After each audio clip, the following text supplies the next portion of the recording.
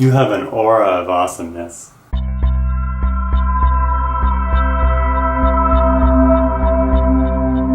Why are the auras important? Find out how. I'm going to speak to you about auras. The how, the why, the who, the what, and probably some other stuff too.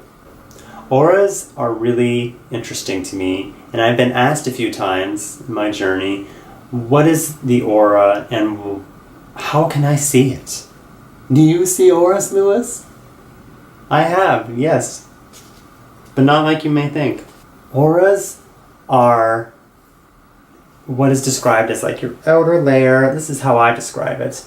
The outer layer of what surrounds an energy field. It can be of a person, a place, a thing. I really recommend that you practice the techniques I'm going to share with you. It's practice, practice, practice with gentleness, because if you try too hard, it ain't going to open. The first tip I give you is to embrace color. You can change the color of your aura. Yes, you can change it. It starts with by maybe part of the foods that you eat, but primarily the thoughts that you think and the feelings that you feel and the sections of your life you think of. If we think back to our chakras, you can start introducing a certain color into your life. I've mentioned this in my previous video on the sixth sense intuition, how to open your third eye. So check back to that video where I talk a bit about the chakras very briefly.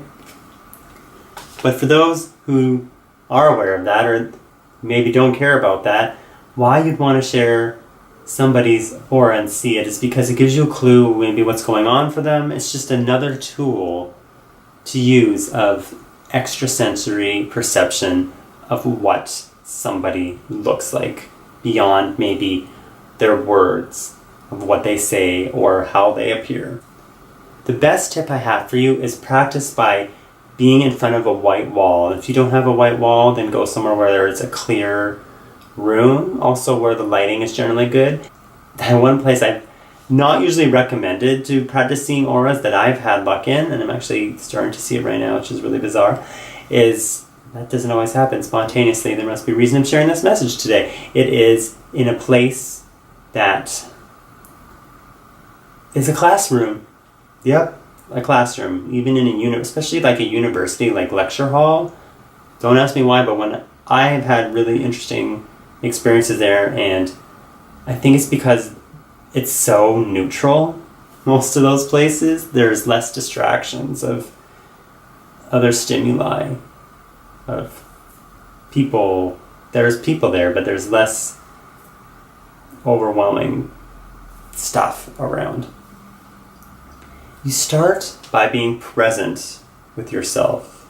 And by that, you kind of soften your gaze, but you notice that objects can sometimes have like a sense too. And it's almost like an outer ring. Like I'm looking right now and I'm seeing an object in this room. Around it is sort of like a hazy kind of halo-y glow. I don't always have this happen. I don't see them 24/7, but I really recommend that you have in a good lighting and just allow things to happen. It's not going to be necessarily bright, bold colors. That's not how it happens for me. It can be subtle. Sometimes it's actually a thought. You look at someone and maybe their hair is brown, but for whatever reason you're like, whoa, I see them with purple hair. Like you have this thought, oh, I thought they had purple hair for some reason. And you see like around this area, they're purple, or maybe it's green or blue. And maybe that's, if you think of the chakras, I associate the colors with the chakras, and you start to find the coded language. Toss out the book of what certain colors mean in the aura. I don't buy it. Everybody's different. Everyone has a different belief system. No two people see the same color the same way, as far as I'm concerned. I've asked many times, what is your favorite color? What do you call this color? What do you call this color? I've asked so many times. People have different views. The copper to you, does copper mean loving? Does copper mean stale, stagnant? Maybe it's different things, and you start working at it and practicing it by just looking at the wall and simply staring. That's it. That easy. Now, if you want to progress further, you'll start to realize, as I mentioned a moment ago, that auras happen more than just our actual eyes. That's some of the people's boundaries, is they keep thinking it's physical in the eyes. And yeah, you can sometimes see it like that. But it can be other senses, just like intuition. Maybe it's a smell.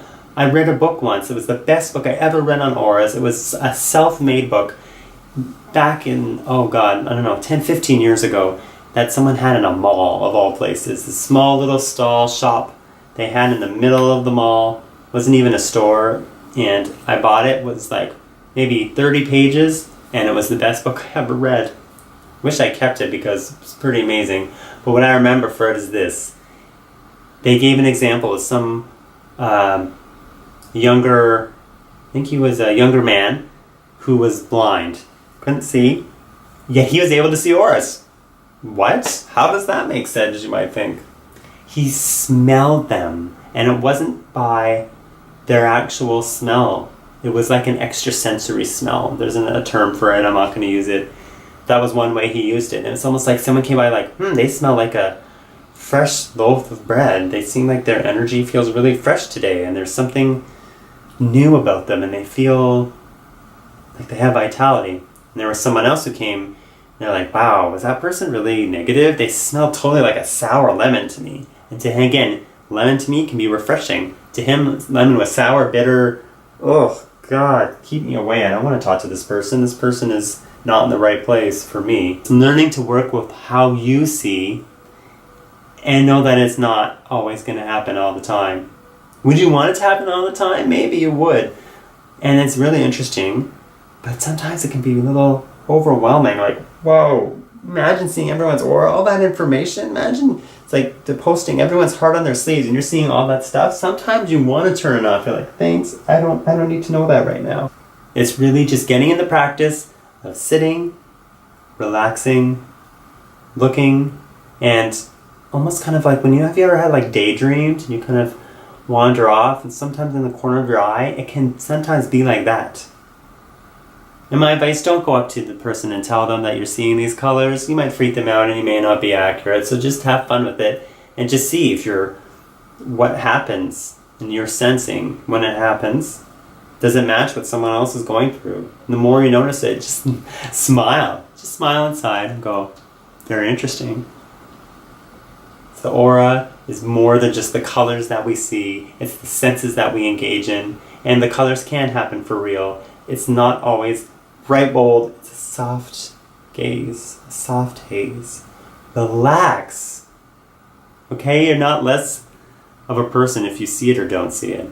But there is a magical, another world out there, whatever we call that to be. And with that, I wish you a colorful, beautiful everything.